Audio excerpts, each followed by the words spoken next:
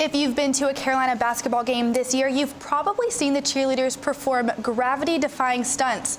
While impressive, these risky moves can make cheerleading the sport with the second highest number of catastrophic injuries. Reporter and cheerleader Maddie Gardner has more. They stomp, they clap, and they yell.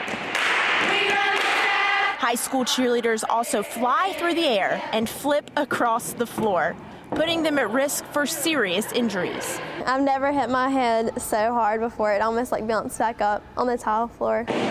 Bailey Atkins took a hard hit after falling 7 feet from a stunt. I mean, I just sat there, I was like, Bailey, just laugh it off and get up, because that's what I usually do. My head was just pounding so hard, and then my cheer coach got down there and looked at me, and she saw automatically that there was blood. She needed staples in her head.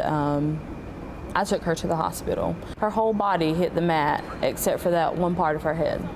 But I was still ready to get back up there and do it again. If a cheerleader falls from this height, it can have the same effect as being hit by a football player. But these statistics are often pushed to the sideline. And then be as still as you can.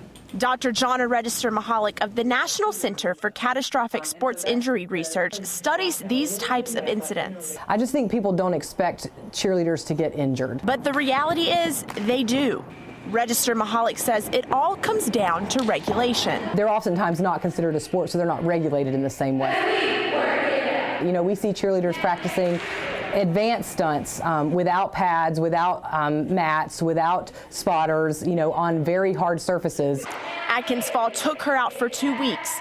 Now she's back at practice, but it's not the same as before. The school's athletics director passed down a new rule after Atkins' injury. No stunting at games for the rest of the season. I wish we could do stunts still, because people get hurt in every single sport. I mean, it's going to happen. Because even with the risk, Atkins says she was born to fly. In Chapel Hill, I'm Maddie Gardner reporting. The number of serious cheerleading injuries is decreasing, but remains high in comparison to other sports.